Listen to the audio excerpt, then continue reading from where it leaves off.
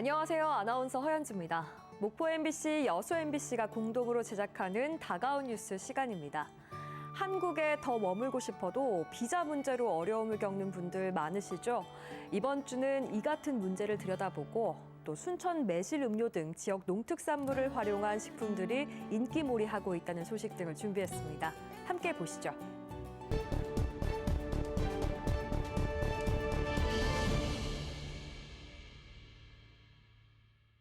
주말 아침, 대불산단 축구리그에 참여하는 베트남 팀 선수들이 한자리에 모였습니다. 전국대회에 참가하기 위해서입니다. 가족과 지인들은 응원전에 합세했습니다. 베트남 팀의 공격수, 부안시의 여자친구인 유학생 TNC도 아르바이트를 미룬 채 동행합니다. Em có nghĩa là mình muốn làm nhiều tiếng hơn để trang trải cả học phí sinh hoạt hoặc là thỉnh thoảng gửi ít quà về cho bố mẹ đấy. Nhưng mà kiểu gia hạn kiểu là như trong tuần thì topic 4 thì mình chỉ được 30 tiếng thôi. Nếu mà có thêm gia hạn thêm được tiếng nữa thôi thì cho học sinh có cơ hội kiếm tiền hơn tốt. 현행법상 유학생 비자인 D2 비자의 시간제 취업활동 최대 허용 시간은 30시간. 등록금과 생활비를 벌기에도 빠듯하지만 더 큰 고민은 졸업 후 취업입니다. 전문 인력에 해당하는 E1부터 E7까지 유학 비자의 전환율은 손에 꼽을 정도로 낮기 때문입니다.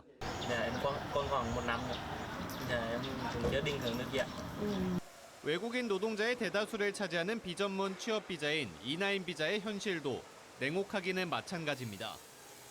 전국에 27만여 명, 전남에도 17,000여 명에 달하는 고용허가제 근로자들.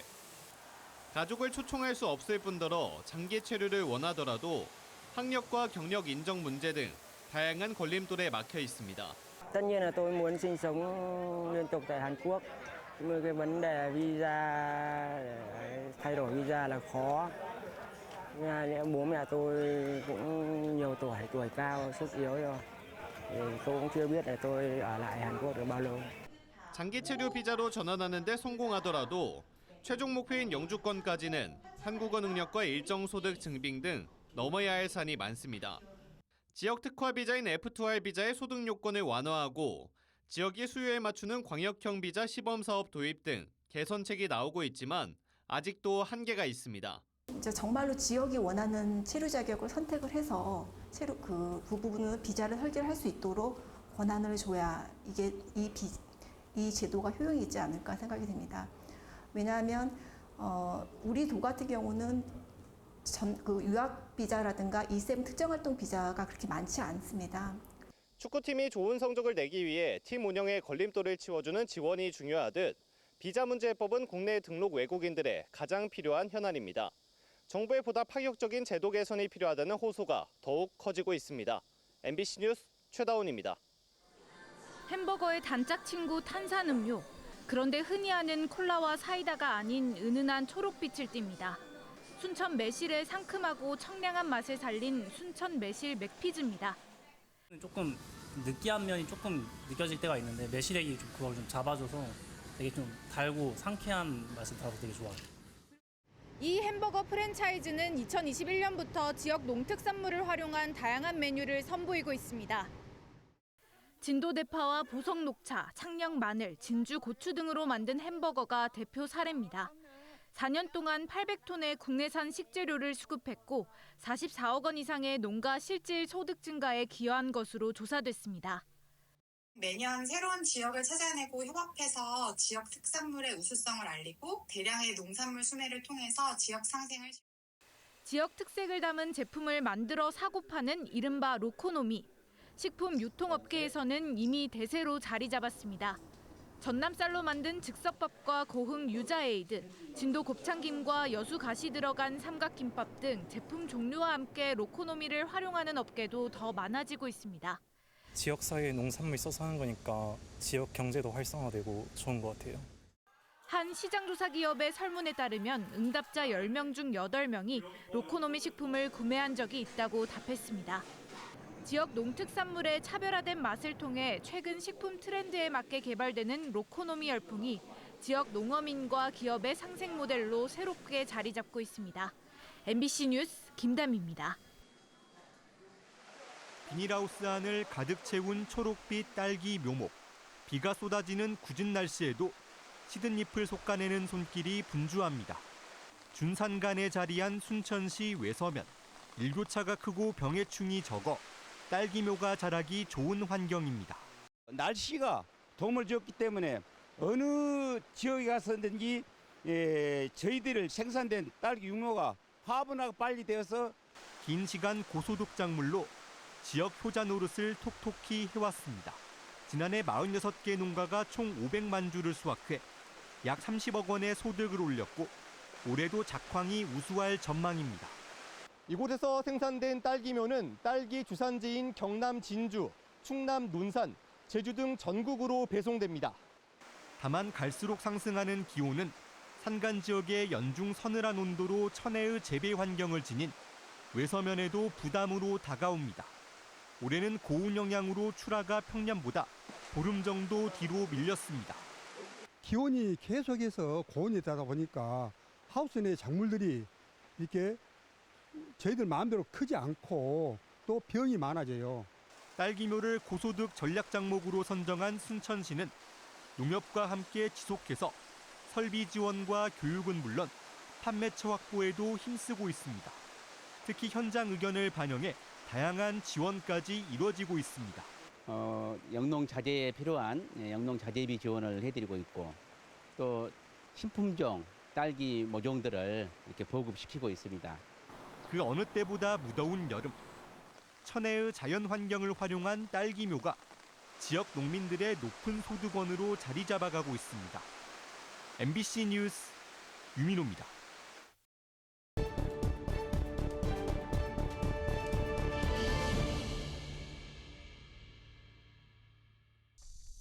다산 정약용이 유배 생활 중 몸과 마음을 추슬렸던 강진 사이제. 휴가철을 맞아 충남 서천군에서 온 종래 씨 부부가 오붓하게 관람을 이어갑니다. 한여름 더위에 지쳐 인근 카페를 찾은 종래 씨 부부는 음료를 반값으로 주문합니다. 이 음료도 반값 여행 혜택이 되는 건가요? 네. 네. 반값 되고요. 식사하시는 것도 다 되고 저희 집에 이렇게 사진관도 있는 사진 찍은 것도. 강진의 여행을 온 2인 이상의 여행자들에게 여행 경비의 절반을 돌려주는 반값 여행 정책 덕입니다. 여행 경비를 50% 지원해준 사업인데 이게 단순히 여행 경비 지원 사업이 아니라 강진군을 찾아오신 여행객들에게 여행의 절반을 책임진다는 약속의 의미입니다. 연매출 30억 이상 또는 주유소, 유흥업소 등 특정 업장을 제외하고는 반값으로 강진 여행을 즐길 수 있습니다. 올해 반값 여행으로 강진을 찾은 이들은 현재까지 모두 4만 7천여 팀, 환급 금액만 41억 원에 달합니다. 커피 마시는데 정말 반값 이런 여행을 할 수 있는 가성비 좋은 그런 여행이어서 참 좋은 것 같습니다. 이 같은 사례는 인구 감소 위기 속 전남의 생활 인구 확보에 기여하고 있습니다. 지난해 12월 기준 전남의 전체 생활 인구는 304만 명, 실제 등록 인구는 70만 명에 불과했지만 여행과 일자리 등 일시적으로 체류한 인구는 3.3배 많은 234만 명에 달했습니다. 지역 경제에 미치는 영향도 큽니다. 같은 기간 전남에서 체류한 인구의 1인당 평균 카드 사용액은 12만 5천 원. 지역 전체 카드 사용액의 36% 이상을 차지하며 지역 상권에 실질적인 활력을 더하고 있습니다. 유형으로는 음식 소비가 가장 많았고 운송교통, 종합 소매 등이 뒤를 이었습니다. 생활인구 유입을 유도하고 지속 가능한 체류 여건을 만드는 선진 사례로 떠오른 강진군의 반값 여행. 이제 완도의 치유페이와 영암의 1+1 여행 정책 등으로 확산되며 지역 소멸에 대응하는 새로운 정책 모델로 자리 잡고 있습니다. MBC 뉴스 안준호입니다. 짙은 회벽 돌벽과 위아래로 열리는 고딕 양식의 창틀. 1911년 지어진 목포 양동교회 예배당은 호남에서 가장 먼저 만들어진 석조 건물입니다. 지금은 등록문화유산으로 지정돼 보존되고 있습니다. 그 당시에 교인들이 그 유달산에서 이 돌을 날라와서 이 건물을 지었다고 하니까 그 당시에 이 건물을 지을 때 얼마나 그분들이 고생을 했겠어요. 바로 옆 정명로 중의 옛 선교사 사택도 100년이 넘는 세월 동안 이 지역 여성 교육의 시작을 지켜온 공간입니다. 두 건물 모두 유달산에서 직접 캔 돌로 지어졌고 돌을 이용한 서양식 건축은 당시엔 호남 지역에서 보기 드문 민간 건축의 첫 시도였습니다. 그 전까지 흙과 나무로만 집을 짓던 조선사에 이런 돌 건축은 큰 변화였습니다. 하지만 이 건물들이 가진 의미는 단지 외형에만 있지 않습니다. 선교 기지를 중심으로 새로운 교육과 의료, 농촌 계몽운동이 시작되면서 목포는 점차 근대 사회로 나아가는 길목에 섰습니다. 네, 목포는 광주 전남 최초의 기독교 선교 기지로 근대 교육과 의료, 여성 인권, 그리고 항일 독립운동이 시작된 역사적인 장소입니다. 목포시는 최근 출범한 기독교 선교기지 세계유산 등재 지방정부 협의회에 참여하며 전국 8개 지자체와 함께 등재를 추진 중입니다.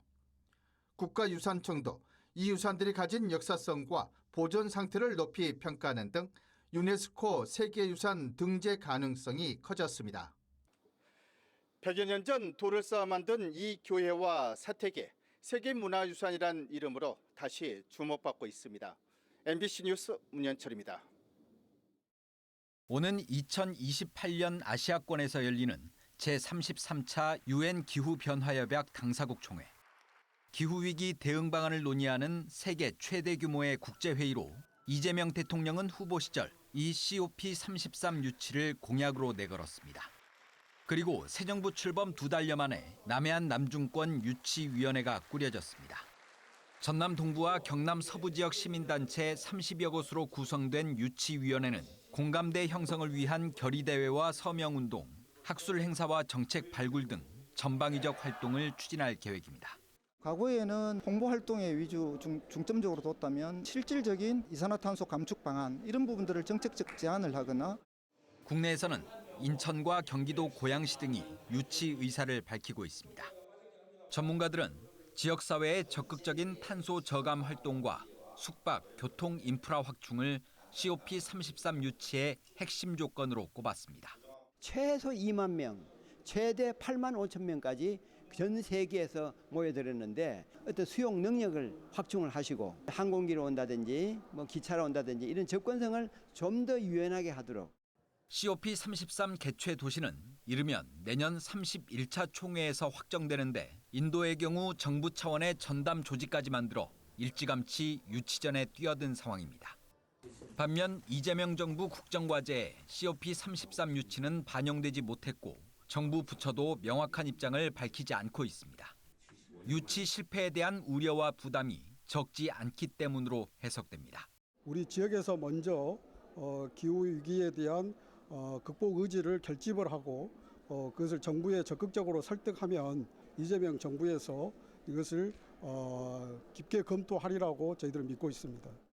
유치위원회는 환경부와 총리실 등을 방문해 COP33 유치의 필요성을 설명하고 정부 정책에 반영해 줄 것을 요청할 계획입니다. MBC 뉴스 문형철입니다.